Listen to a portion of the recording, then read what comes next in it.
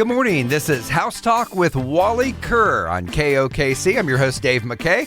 Wally, good morning. Good morning, Dave. How are you doing this morning? I'm doing great. You know, it is always such a pleasure to be here with you every week and get up and talk real estate for people that want more knowledge about what the market's doing, helping buyers, helping sellers. We always have a lot of fun doing this, don't we? It's an educational experience for me, and I know it is for the listeners. So it's a lot of fun, and it's a lot of learning the ins and outs of buying and selling homes. You ask a lot of good questions. That's what's great. I love meeting with home sellers and home buyers because they always have good questions. Mm-hmm. And hopefully I've always got an answer for those. I was just about to say, and you have the answers. So, well, I should after 35 years in the business, but you know what? This can be a humbling business because there's always different things that come up every day. We have 16 agents on our team and then a lot of administrative people, and they have lots of questions for me each day.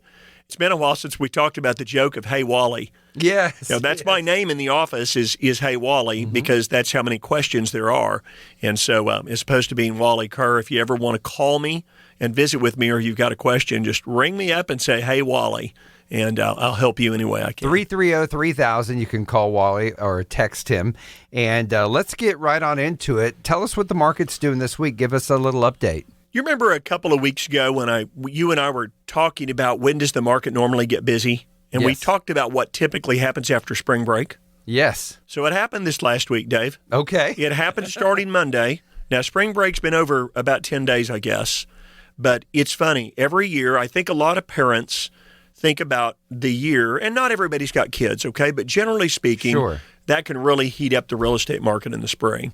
So parents go through fall break and Christmas break and Thanksgiving break and then spring break. And it's like, as soon as spring break's over, of course, the weather turns nicer, right? Yes. It's getting really nice here over the next week to 10 days. But it's like somebody flips a switch and says, okay, now it's time for everybody to start buying homes. So this past week, let me give you a couple of examples. Okay. I have a buyer coming in from Virginia the first week of April. We had targeted 2 homes that he was really interested in. Both of those homes had been on the market anywhere from 100 to 180 days. One of them was in Chickasha that he wanted to see that was $650, and boom, it sold the day before yesterday. Oh, wow. And then one home was east of Lake Thunderbird on a nice acreage in the 540 range, and it also sold the same day. And both of those homes had been on the market some time. I had a home for some friends in a price range about $750. Been on the market about 60 days. Remember when things kind of slowed down, Dave? Yes. November, December, January. So when the Fed pushed the rates into the 7s, which really occurred around September, October, boy, it really slowed the market in November, December, January. We've been talking about how homes below 300,000 have still been super hot, right? Yes, yes. Especially below, say, 200, 250. So some of these homes that had been sitting for a while were actually driving the average days on the market up quite a bit. So the more expensive homes weren't selling as fast. Now, all of a sudden, these homes are hopping off the market. It's April. These things are beginning to sell. In Edmond, Norman, Yukon, and more, the median days on the market over the last 30 days, 6 days in Edmond, 9 days in Norman, 7 days in Yukon, 4 days in Moore. Pretty quick. Well, and here's one of the reasons. Now, this will absolutely blow you away. In Moore, over the last 30 days, there have been 60 homes go under contract. And there are only 34 existing homes for sale in all of Moore that are not brand new homes. It's a shocker, isn't it? I'm looking at the look on your face that our listeners can't see. Yes. There are 34 existing homes for sale in Moore right now, and only 52 new homes in the entire city of Moore. I think it's really great news for sellers. Sure. Because it's simple economics, supply and demand, right? Yes. If there's not enough homes for sale and interest rates begin to drop, maybe as early as May, and begin to pull back, because the Fed's going to start seeing that they've made the corrections to curb inflation. That's going to pull back. When inflation pulls back, the Fed realizes that the economy's not growing as quickly. They can ease back on mortgage rates. If they do, that's going to send a horde of buyers into the marketplace looking to buy homes because rates are dropping, but there's not enough homes for sale. So it's supply and demand. So we had, and that means prices are going to go up. So that we means had home the prices will COVID go years, and we know that interest rates really dropped, and they're trying to kind of get the cash back out there, trying to get an influx of buyers to buy these homes. And a lot of people bought homes, and then the values went up, and it really has been kind of a roller coaster, and it seems like it's trying to even itself out. But with the rates when they were so low, is this still an effect of so many people kind of flooded in to buy homes that we still haven't reached that number of people that want to go out and buy yet? I agree. Now, we will. You mentioned that since these rates are going to come down just a little bit, that will, I guess it artificially kind of gets people to want to go out and buy more. But is it still starting to even out a little bit from 3 years ago? It's really not. I already see, like we talked about, somebody flipped the switch this week. Things are selling way too fast. They really, truly are. Most home sellers would say, wait a minute, how can things sell too fast? But there's supply and demand. Let's go back to the supply chain for builders. They sold homes so fast they couldn't even get the materials to build the homes fast enough. That's when the market's out of balance. There's a good market for sellers and a good market for buyers. A market where there's only 1 to 3 months of inventory, which we're far less than that right now on existing homes. In a market where there's only 1 to 3 months of inventory, it's definitely a seller's market. A 3 to 5 month inventory is more balanced. And then if there's more than 6 months of inventory available for sale, it's a buyer's market. Okay, so say I want to buy a home. We've touched on this before in the past couple of weeks, but if I'm pitting myself up against other buyers going to talk to a seller and go check out a home, what puts me above these other people? How do I win the home that I want?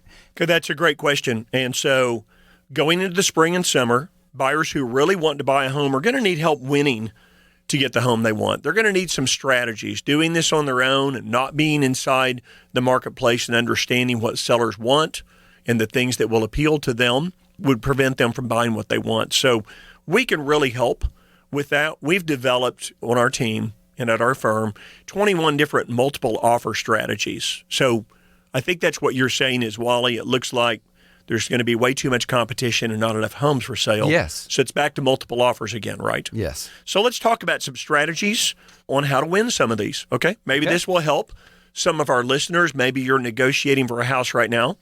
Maybe you're thinking about kind of testing the waters and sticking your toe in the waters and thinking, okay, I tried to buy a home last year, but I went ahead and rented.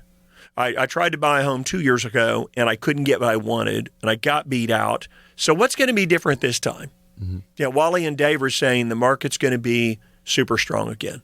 So what am I going to change this time around, right? Yes. To be able to get something bought this time. Yes, absolutely. Okay? So we've talked in the past about this thing called an escalation clause. Been a few weeks back, and I know you had heard of an escalation clause, and we kind of discussed it back and forth. Yes. That's where a buyer can say, here's my offer, but I'll tell you what, I'm willing to raise my offer X amount of dollars at a time. Let's say that's $500 at a time, $1,000 at a time, $1,500 at a time, but I'm not going to pay more than X. So let's do a real world example. Okay. Let's say the buyer wants to offer $220, and they think, I really want this. I don't want to have to just go say right now I'll pay $230. So I'm going to write this thing called an escalation clause with my realtor or with Wally to help me buy this home, saying I'll offer $220, but anytime my offer is not the winning offer at $220, if there's another offer that nets the seller more money, I'm willing to increase my offer up to $1,000 each time to say a maximum of $230,000. Oh, it's like eBay. It's exactly like eBay, isn't it? Right? Yeah. Okay, that's a good. You're an eBayer, aren't you? Well, I was an eBayer. Yes. So that was where, remember when eBay would say, okay, you've raised your bid. What would your maximum bid be? Yes, and then if someone outbid you, it automatically bid for you up to your maximum bid. So that's kind of what you're doing. I'm telling Wally, I'm willing to go 235, and it's starting at 220, and then someone goes, oh, they're going to give them 224. You go right in and say, well, we have 226 for you. And someone goes 227, go, well, we have 229, up until that point where I've said, yeah, I'll walk away if it's more than that. That's exactly it. Now, there can be cons to that also. Let's say that you're the only bidder, and you went in and threw down an offer on the table to the seller of 220 and said, If I have to, I'll go to 235. Now, what happens if only one offer comes in? Now the seller knows you'll give 235 for the home, and they might give you a counteroffer and never tell you that you were the only bidder on the property. So they know about the escalation clause. Oh, sure. It's basically a part of the offer. Okay. So that's a part of the offer that you submit to the seller for approval. So again, doesn't really work to your favor here if you go in and you say, I'll give up to 235 and there's no other offers. Sure. That's why someone needs help. And escalation clauses could be a little tricky. Okay. Here's a really good one.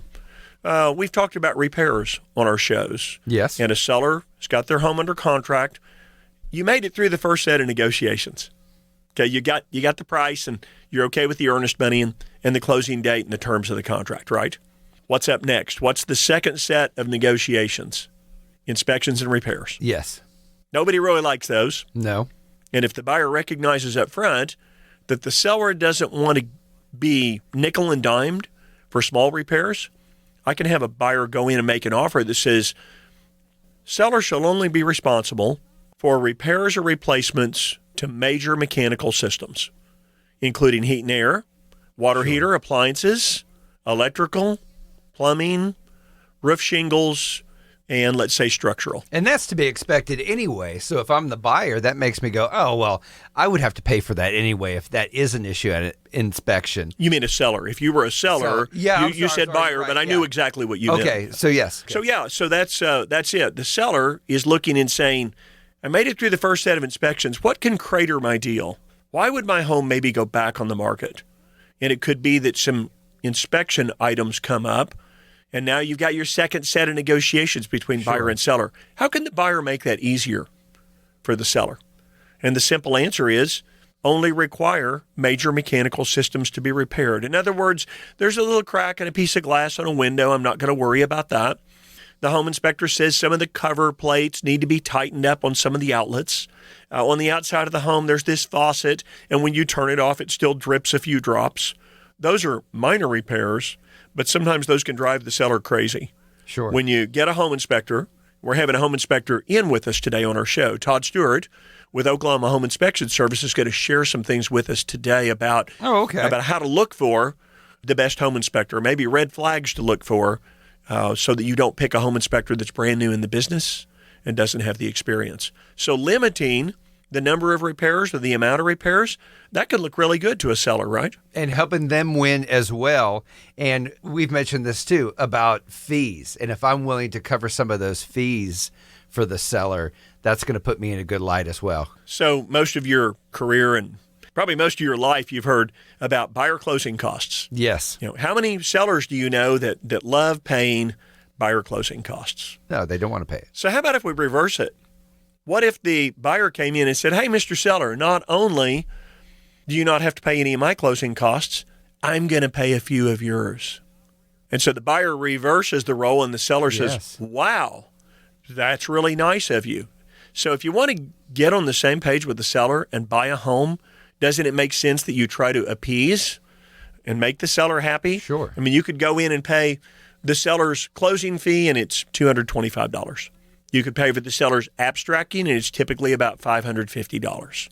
If you paid all of the seller's closing costs, Dave, except for the real estate commission, it ends up being about $1,200 to $1,500, maybe $2,000.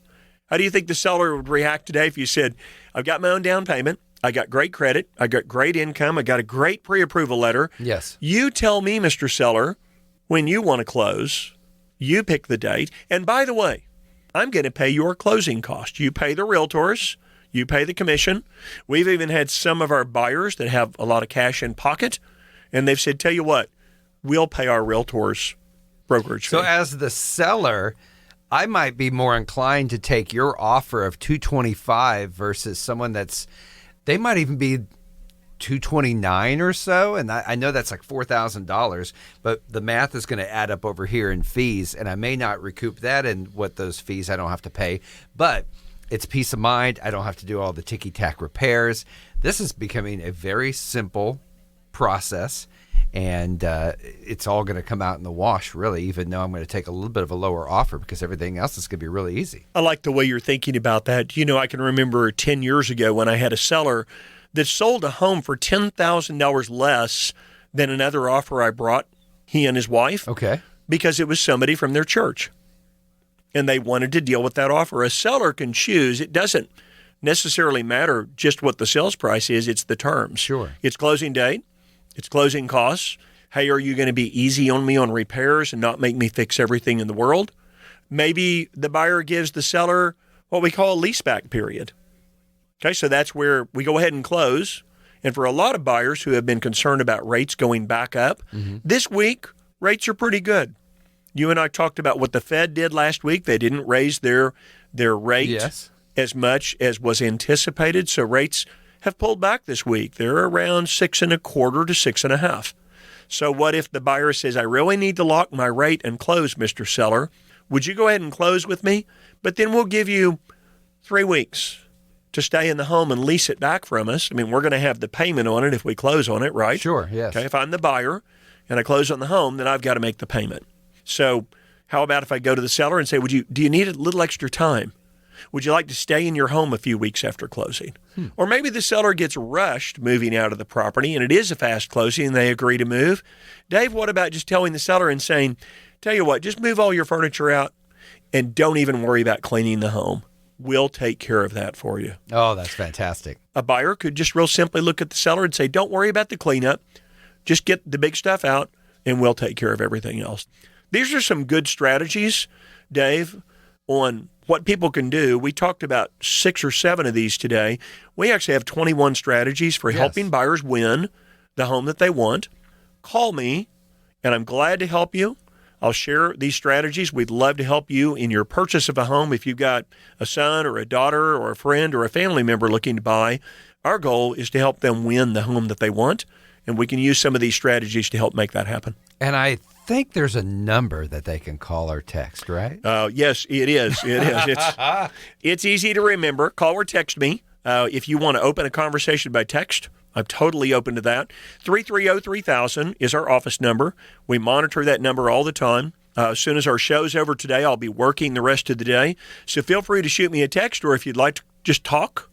I just want to be helpful and lend assistance and would love to help your family or your friend. So call me if you'd like to. I'll take your call personally as opposed to being one of my agents. Again, 330-3000. You're listening to House Talk with Wally Kerr. I'm your host, Dave McKay. And Wally, we know that the number of homes are down. People are going to start wanting to get out and look around. Spring break is over. So we know that, once again, you've mentioned it's a seller's market, correct? It is a seller's market. Do we want to go ahead and jump in and put our house on the market now, or what do we think rates are going to do? What do we think about the number of buyers that are going to be out there in maybe like the next month or two?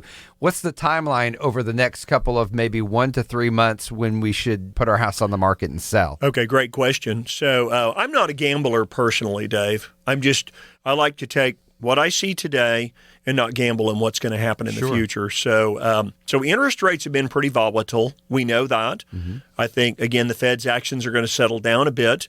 But what we do know is that we're going into the best time of year.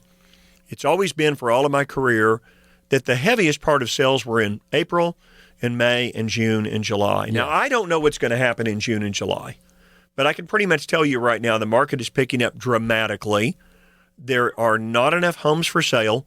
Doesn't that sound like a seller's market to you? Absolutely. Okay, so if it's me, with buyer moods positive, because interest rates actually dropped a bit this last week, spring break is over, we know they want to buy, the weather is nicer, so there's positive moods right now. And since I don't know what the Fed is going to do next, I'm saying if I've got a home and I can sell it right now, and I know there's not as much competition and that buyers are happy and they're shopping, I'm more likely to say, why not sell it now and get more because there's fewer homes on the market? Now, I do know that as school ends, typically more people put their homes on the market. It's kind of funny, Dave. What I've noticed over the years is the market really picks up in April and May. But you know when most people put their homes on the market? It's right after school's over. Sure. They wait until June. If in May you buy a home and the kids aren't done with school, they're already thinking about the move. They're packing their room. They're thinking about the new friends, wherever that's going to be. Yes. And so a lot of parents just wait naturally until school is over in June, and they try to sell their home in June and July. But, a lot of people want to be done with the move by mid-July. And that's because now their kids are going to be the new kids on the street, right? Yes. That's hard. Yes. We've talked about that. And they're also going to be new kids maybe inside a new school. So parents would prefer to get the kids moved, get them acclimated to the new neighborhood, make some friends so that going back to school is comfortable for them. And you're right. If you wait till June or almost July, school's going to be back in towards the end of August and September. And if you're selling your home then, now you're up against it on the other side. Why not get ahead of it? Put it on the market now or in the next couple of weeks so you're selling it right after the kids are out.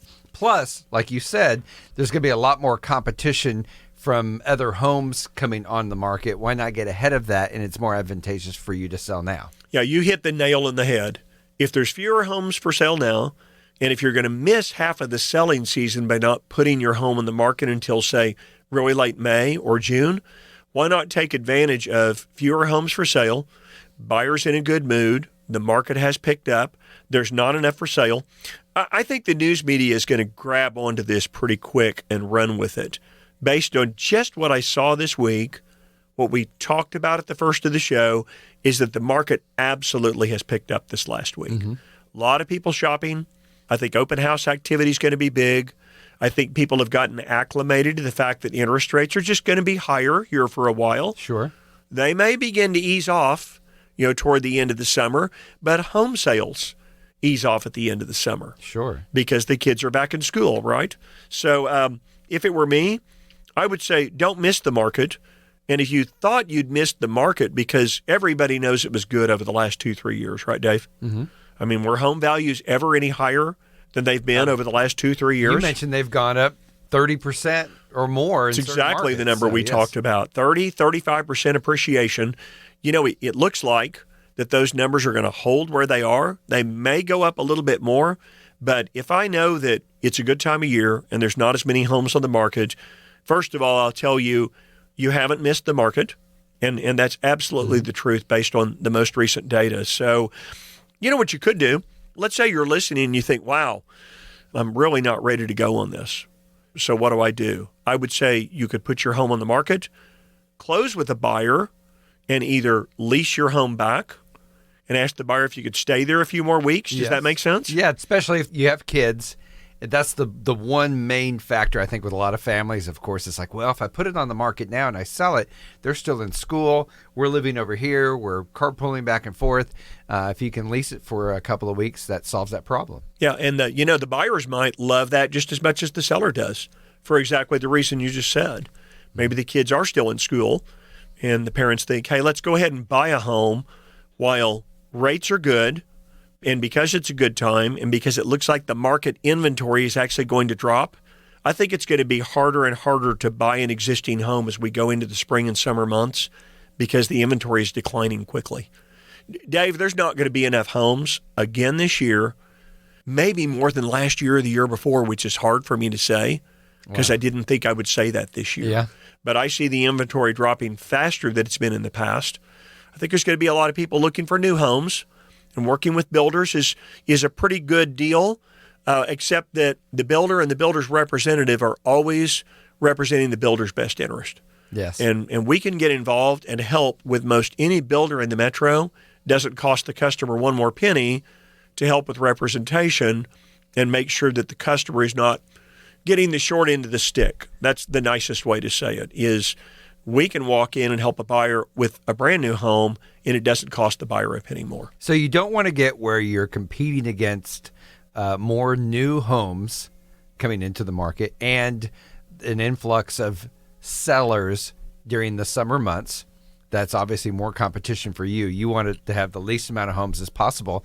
And on the other side, could it be that sellers are looking right now and maybe they want to buy now because they don't know what the rates are going to do?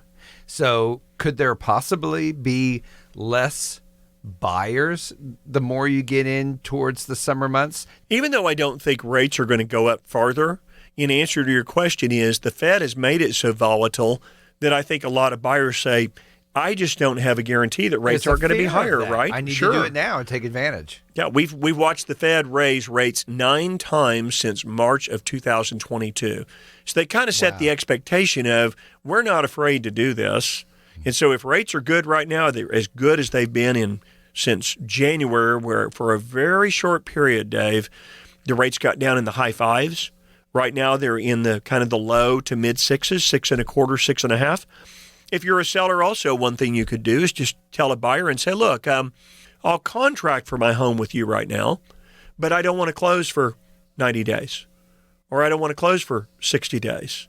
Now, for the buyer, that's a little bit precarious because you can't lock your interest rate in. So that's why it might be best to go to a seller and say, tell you what, if you'd close with us in 45 days so we can get that good interest rate, right? Yes. So we can get that 6.25. So we got the peace of mind we're getting it locked in and they're not going to go up, like what you mentioned. Yes. How about if we just close with you in 45 days, but we allow you to stay and lease it back from us? And how about if we do the transfer of possession in 75 days or 90 days? Yeah. So that's an option for sellers. Prices were beginning to adjust down just a bit because demand was down, but now that's beginning to reverse. So my response to what you asked was, I'd say get your home ready and look at it from the buyer's perspective. We did this on a show a few weeks back also and talked about how to get more money for your property. And we'll probably do that again in coming weeks because we're in selling season, right? So look at it from the buyer's perspective. We talked about the lawn and the appeal from the front. Mm-hmm. First impressions are really important when they walk in the front door and they're standing in the entryway. What do they first see? What does that look like? Where do you need to spend your time and your money and your effort if you want to get top dollar for your home in the spring? Some people, we talked about our fix-up program. Yes. Let's say there's a listener today that says, I'd really like to sell, but my carpet is just bad. Or I really need to paint the front of my house. Or my landscaping is awful and my front appeal needs to be a little better. So we have what we call a Get It Ready program, where Cindy and I will provide the funds for improvements. We typically try to keep that to no more than about $5,000 or $10,000. Mm-hmm.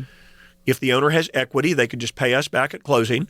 The goal is so that someone can sell their home for more if they need to get it ready. And that's a program that we've got a couple of people we're dealing with right now that like this program. So you stole my thunder because I remembered that from a couple of weeks ago when you mentioned the program, the Get It Ready program.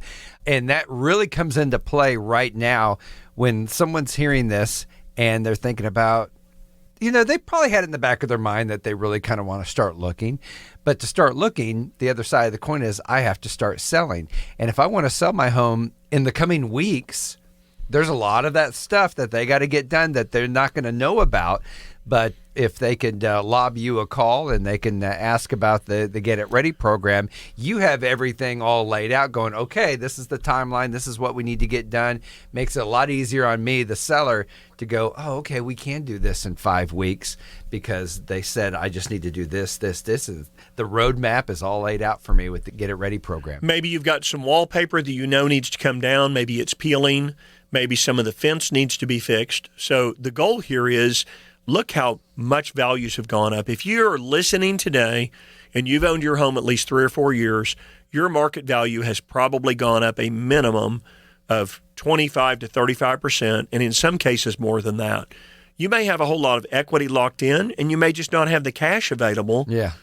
I mean, you've got the equity. Okay, your home is worth more than what it was worth 3 or 4 or 5 years ago, for sure. But some people just don't have that money to fix up their homes. So we can bridge that so they can sell their home for more and profit in the current market and let us help take care of some of those repairs that they may not be able to afford to do. This might have been last week or the week before. We were talking about homes that people can go view on your website, homes that are on the market and ready for people to go look at. But you also mentioned you have some homes that are not on the market. How do I know to go look for those homes? How do I purchase a home that is off market? Can I purchase a home that is off market? Tell me about off-market homes and wanting to look at those and wanting to buy an off-market home? Good. You sure can. So as you can guess, especially this time of year, I've been the recipient of a lot of phone calls over the last 2 weeks for people who are getting their home ready. And I think that's what a lot of buyers would like access to today, are homes that are not on the market yet that you have to go compete for. So I've got a long list of those. In that case, they need to meet with us. We make these available to buyers that are working exclusively with us. So this is a proprietary list of homes. But if you're truly interested in buying something now, there's a lot of our home sellers, Dave, that frankly would love to not even have to put it on the market. If we would bring them a buyer today that would be interested in the home. So I've got a nice list of properties that are not on the market yet that might be something that some of our listeners would like. Okay. Let me hit you with a couple of those. Is that Yes, okay? Absolutely. Okay. So I looked at a home in Edmond this week that's on about 1.6 acres, and this home is going on the market this coming week is the plan. It's about 2,642 feet. They did an incredible remodel on the inside, and it's priced at $479,500 in Deer Creek Schools. Okay. That's going to be a great home on a really pretty acreage. In fact, it is a great home. Did a full kitchen remodel, and just opened up their floor plan. It's a great property. So that's an Edmond home. A little affordable home in Noble, Okay. which is a 3-bed, bath and a half that doesn't require a down payment. It's in what's called a USDA area. Okay. The U.S. Department of Agriculture picks areas around the metro. They're typically more rural. Okay. And says you can buy this with no down payment. Oh, wow. So 100% Okay. financing. So the home's going to go on the market for right around $137,000. It's being painted and carpeted right now. It's not on the market. Okay. Okay, it's not listed yet. It's a friend of mine's home. That's a great little home with probably a payment of $1,100 a month, Okay. maybe a little bit more than that. Dave, you can't even rent a place you'd want to live in anymore for $1,000, That's true. $1,100 because true. rents have gone up so much. Got a golf course property coming up in Norman. This backs up to a 9-hole golf course. It's got a pool. This is about 5,600 square feet. That's coming on the market probably in about the $1.2 million range. Okay. Also another Norman home that's only about 9-10 blocks from the OU campus, 3,750 feet on an acre with a pool, a cabana that you could do a VRBO in. You could actually rent it out and do maybe like an Airbnb. Yes. But here's what's cool. If you love outdoors, it's got outdoor heaters, covered decks, pergolas, grills, TVs outside, a mosquito fly spray system, a misting system. I mean, it is outdoor. That's going to be a hot property, especially the golf one with the pool, the last two that you said. And if I can go make an offer on it, I'm saving thousands of dollars because there's little to no competition right now. That's right. Yeah, and Wow, this one's coming on the market very soon. Got a great one over in Yukon that we're putting on the market. It's a really hot price range. This home's going to be $250,000, and it's got an above-ground pool. That's a great home. Got a home in a gated community that would be perfect for someone who would like the security of a gate, doesn't want much yard to have to mow or maintain, Okay. plenty of room for a pet, low maintenance, secure neighborhood, and a much newer home for $269,000 in Edmond. And that's pretty hard to find anything in a gated community in Edmond under, say, $300,000. Wow. That hits the market here within just a few days, so call me on that one. And then another one I believe in Mustang with a half-acre lot that's coming on the market here pretty quick, and that's going to be about $265,000. I think that's about an 1,800 square foot home. So not all of them are $700,000 homes. There's a lot that I can go check out and make an offer on before it even hits the market on homes that are right around $225,000. Dave, I mentioned 4 homes here that are under $300,000, and you and I know that's the really hot part of the marketplace Yes. right now. Also got a couple that are going to jump off the market here. 2 totally remodeled homes in Quail Creek. Okay. One of Oklahoma City's, Northwest Oklahoma City's favorite neighborhoods. Got a 4,300 square foot home with 5 bedrooms at 3221 Hickory Stick. Gorgeous, gutted to the studs and remodeled. That home, you should go online and take a look at it. You could see it at wallykerr.com. Look at our listings. That home has been reduced to $714,000 on a total remodel. Dave, the kitchen on that home is just absolutely stunning. There's another one at 3408 Partridge, which is also in Quail Creek. Okay. I believe that home is around 3,400 to 3,600 square feet, Nice totally size. remodeled. That's a beautiful home at 699, and that's got 4 bathrooms inside.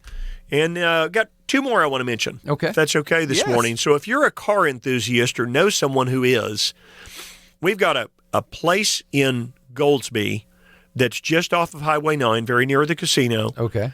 that has got parking for 6 cars in the main garage and then a shop in back for parking for 3 more. You have the shop, park a lawnmower in there and some other stuff, but then I want my classic cars, my 67 Mustang and my 69 Firebird. Baby, now you're talking. Put those Now in you're there. talking. This is on almost 2 acres.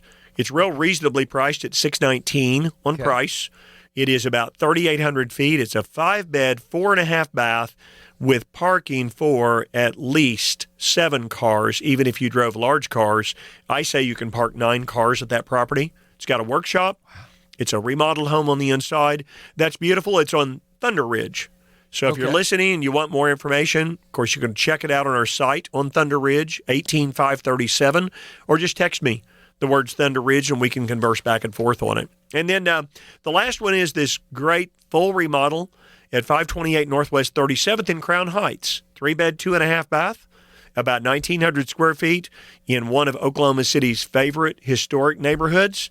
That home is absolutely beautiful, priced at $379. Got some great inventory right now, Dave. And as a buyer, it's all relative on the price of the home, but let's just go right in the middle, a $500,000 home. Can I expect to save quite a bit of money, or can I expect to save some money versus letting it hit the market and then trying to buy it 2 weeks later? Yeah, I think so. I do, because the owners are motivated because they don't want to have to show it. Leave their home, go through multiple showings, lots of people inside their property. Okay, so that's their main motivation, is they just, hey, I want a clean sale. Doesn't that sound a lot more convenient if I came to you Yes. today and said, Dave, you know what? I know the home you live in. I've got a buyer for it. How about just a nice private sale, no sign in the yard, no need to get it ready for pictures. You don't have to do the little fix-ups. I've told the buyer sounds that, fantastic. that either your home is in great shape or there's a few little things that need to be done, but the buyer really doesn't want to have to compete with everybody in the marketplace. So they're going to be a little bit more forgiving, and they're willing to look at your property and take care of the small things in exchange for not having to go compete with lots of other buyers inside the marketplace. So we got some great properties, Dave. If you want to call me, I'll be glad to arrange an appointment to talk to you about these properties. 330-3000. These are off-market properties that are not on the market yet, and we'd love to give our listeners access to those homes. You're listening to House Talk with Wally Kerr. And Wally, we've talked recently about sellers getting a pre-inspection done up front before they really put it on the market. That's going to lead us right into our guest. We're always excited to have a guest, and we do have a guest with us this morning, Todd Stewart with Oklahoma Home Inspection Service. Welcome, Todd. Good morning. Thank you. Hey, it's great to have you here. We've touched on this a little bit before. Maybe just right off the bat, why is it so important to get a pre-inspection on your home before putting it on the market? Well, there's a couple of reasons. The main reason is for knowledge, just so you know what's going on with your house, what are some of the things that you can be looking for, and it gives you freedom to choose. Here's some things, that I probably want to correct before I put it on the market versus some things that these are more minor, not important things Okay. that I don't need to worry about. Non-critical items, right? Correct. Sure. Just right off the top of my head, Todd, on one of your inspections that you had done in the past, maybe a year and a half ago, it was found it was an older home in a historic district in Oklahoma City. Yep. And what happened was the drains were draining slow. And you and I know that can be sometimes tree roots, right? Yes. That could cause it. But on an older sewer line, these things can actually belly out underground, and you get a place where all the water and waste are going, and it just begins to back up the drains. Now, that was about a $10,000 replacement of a sewer Yeah, line. that's not it was cheap. it was Right. expensive, Dave. Okay. It was. And so it was a shocker to the seller. They knew that the drains were slow, but they never had that sewer line scoped. It almost wrecked the sale. And I remember that seller they were buying another home out of state. Right. So they really needed this deal to go through. And it was just about to crater what they were going to buy on the other end. So I'm a big advocate of pre-inspections because you often find things that are unanticipated, right? That's correct. And it gives you the chance to be able to put the report, right there and say, hey, we've already had a home inspection. Here's the things they found, and here's what we've done to fix that. A little peace of mind for the buyer, right? Knowing that I'm going to get a good, honest deal, and someone's not trying to pass something off and not take care of it. Okay, see, that's exactly what I was thinking, Dave, is peace of mind. In the pre-inspection, what we're looking for are the deal killers. That's right. We're looking to try to find the things that are really big that could cause a sale to fall through. Right. And that's what the seller doesn't want, especially if they're making another decision down the road. So I really like the idea of a pre-inspection. And they're not really that expensive, are they, Todd? And no, not. We try to make sure that, I would say 99% of our inspections, we find issues that more than pay for the inspection as far as things that need to be repaired in the house. And we'll go through it just as if, the person selling it was buying it. And here's the same list we would make for your buyer in here. And so we'll list little things that are, still issues, but that are more cosmetic things as far as like loose outlets and things like that. You'll get a whole list of things with your house. And then again, you have the freedom to decide, okay, these things are more major. I need to have this looked into, or these things are not a big deal. Okay, we're good to go. Todd, you are one of many inspectors inside the metro. There's a lot of home inspectors around.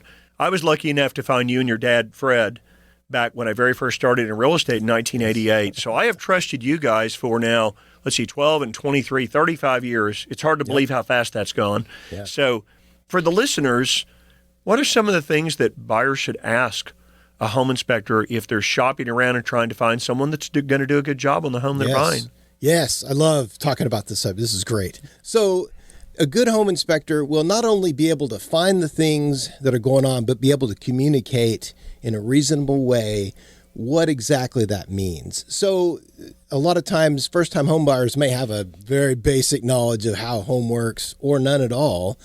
And a good home inspector is going to be able to say, okay, here's some issues that we found, and here's what this means. And so whether it's major or minor or a little more expensive to fix versus, this is, a really easy thing for a plumber to fix, things like that. A good home inspector not only will find the things, but be able to communicate. And that's one of the things when you're first calling around and asking questions. One of the things we tell people is be sure and ask, how many years have you been doing this? How many home inspections have you done? How much experience do you have? These are all great questions, but also they should be able to supply a test, like what's a inspection report look like? Can you send me a sample report? Those types of things. They should be able to explain not only what they're going to do, when they're going to do it, how they're going to do it, all those types of things. So when you're talking to a home inspector, you should be able to get a feel of what's going to happen later on if you were to choose them to do the home inspection. Every home is different. Newer homes will generally have fewer repairs, but even newer homes, Todd, that are only 3 or 4 or 5 years old, it shouldn't be just assumed that only because they're 3 years old that they don't have issues, right? That's correct. What kinds of things could you still see on a home that was only 2 or 3 or 4 years old? So some of the things that we find in 3 or 4 year old houses are the things we would have found if they had it inspected when it was brand new, as far as some missing insulation over certain rooms, or the AC is cooling, but it's not cooling as well as it should. Things like that. The light fixtures are loose and letting water in behind there.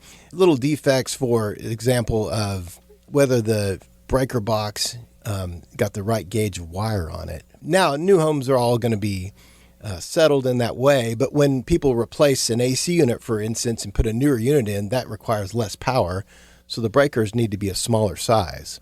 So a lot of times they'll just throw that in there and the AC guys don't worry about electrician stuff, electrical type things like that. I think you brought up a couple of good items there, especially like HVAC. How about this one? I remember when you were checking heat and air for me on a home, and I was representing the buyer. Turned out it was a new home, and the builder had installed the system and the homeowner moved in, but the AC company, the HVAC company, had actually not charged that air conditioner condenser up with Freon. So what happened, Dave, was the unit was just running and running and running and running to cool the house down because there wasn't enough Freon in the system. And I think what you told me, Todd, is that sometimes these units are shipped, but they're not fully charged up with Freon. Right. And in this case, they'd forgotten to go back, charge that unit with Freon. So that poor air conditioner for 3 or 4 or 5 years had run and run and run. That's right. Which is not a good thing, right? Right. Be like turning on your dishwasher and cooled a running little it. bit, but not. Yeah, that's right. Not enough. So number one, the seller of that home didn't realize for 3 or 4 or 5 years they had really high utility bills. Mm-hmm. Why did they have high utility bills? Because the air conditioner unit was running too long. So that was one I remember clearly. So whether it's a newer home or an older home, a pre-inspection can catch some of these items up front to where it's not a surprise. Now, that's not a dangerous deal there. The worst part about that is that unit had run too much. That was fixable with Freon, but it's not always a less expensive endeavor. So, sometimes it'll be roof shingles. It could be a framing problem in the attic, right? Right. And even one time we went into a house, and it was a rental house. It was about 8 years old. And getting on the roof, we noticed there wasn't a chimney. I was like, oh, so it must have 100% efficient gas logs in there that don't need a chimney. We go down and look in the fireplace, and no, it did not. Had the regular gas logs. And so getting in the attic, the chimney had never been put through the attic. And so the decking was all black and starting to be charred. Wow. I was amazed that house had not burned down. But apparently the renters that lived there had just not used the gas logs very much, luckily. So that's definitely a massive safety issue that we found with a house. That was pretty recent too. That was pretty shocking. So how does something like that get missed by a home builder, or even that had to be inspected though, right? That's an extreme case, isn't it? Yes, that's extreme, obviously. Well, a lot of times putting things in and last second getting it down, going to closing, and we're making sure we're done.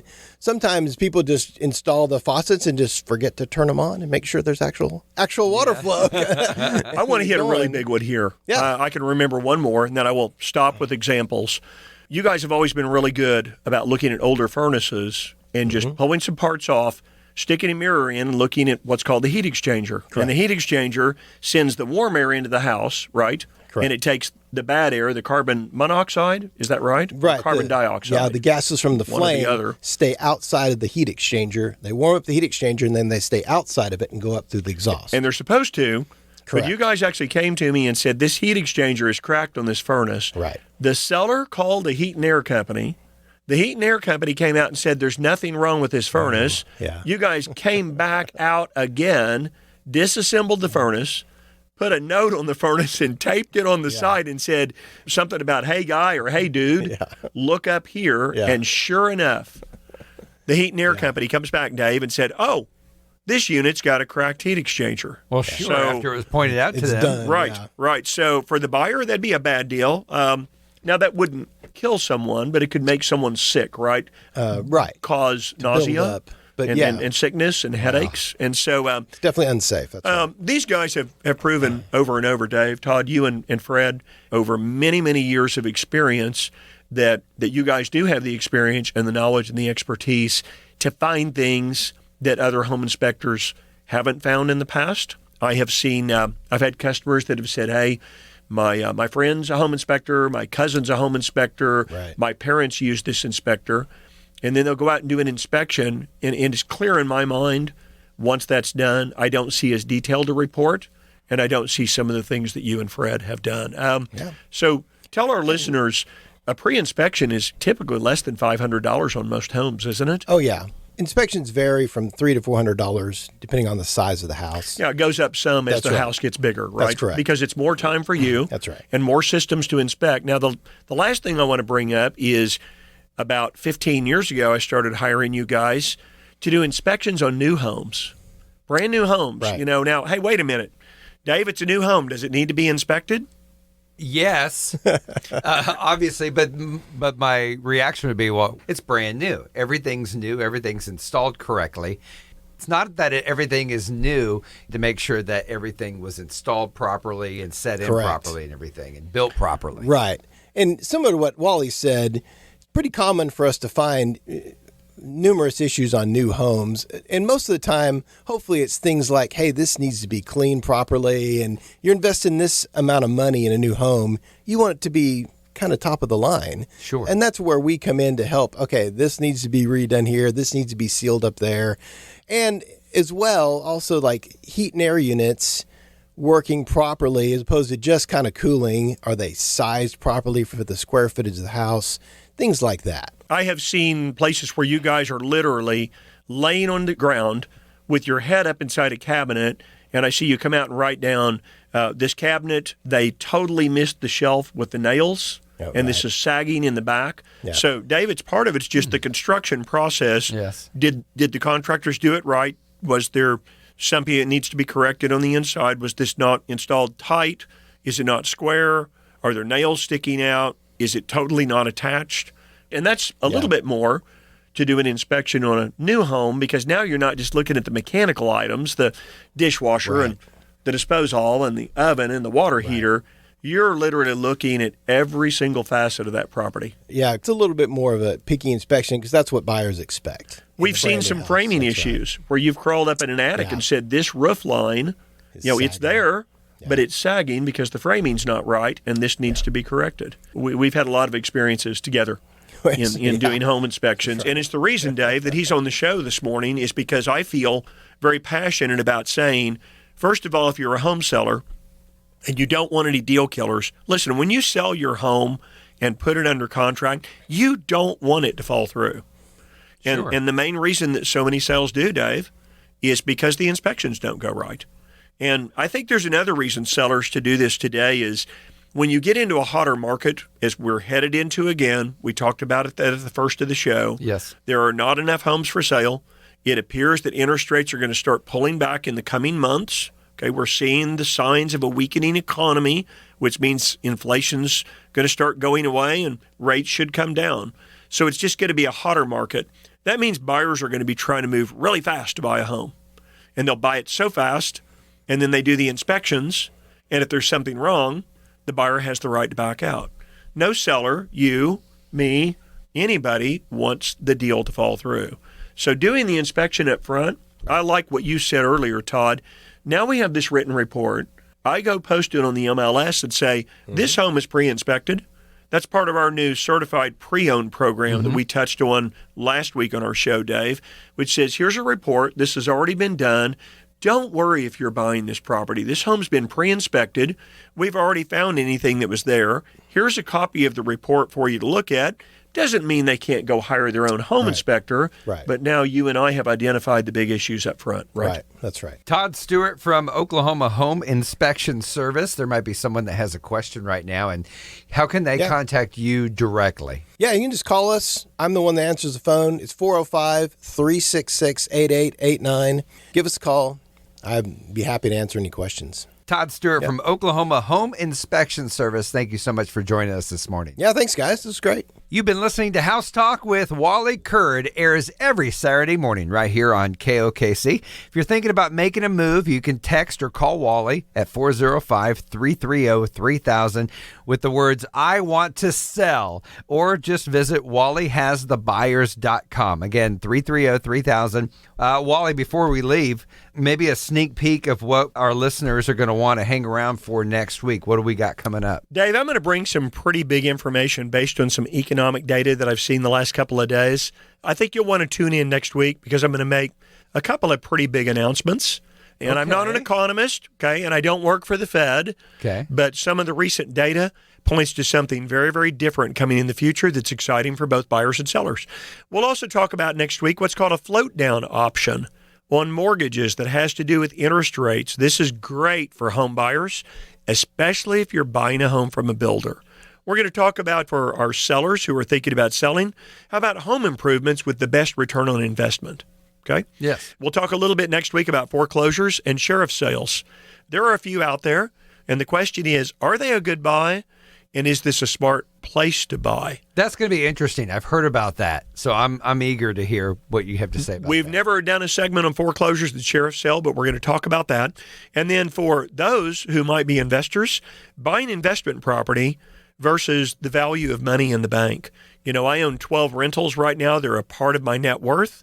And so we've been pretty good investors over the years and understand the investment market. Let's talk about buying investment property next week for those who might be thinking about doing so. It's House Talk with Wally Kerr. You can hear replays of this show and other shows on Wally's YouTube channel, his website, wallytalkshouses.com, and listen to the podcast on platforms like Spotify, Podchaser, iHeartRadio, and Apple Podcast.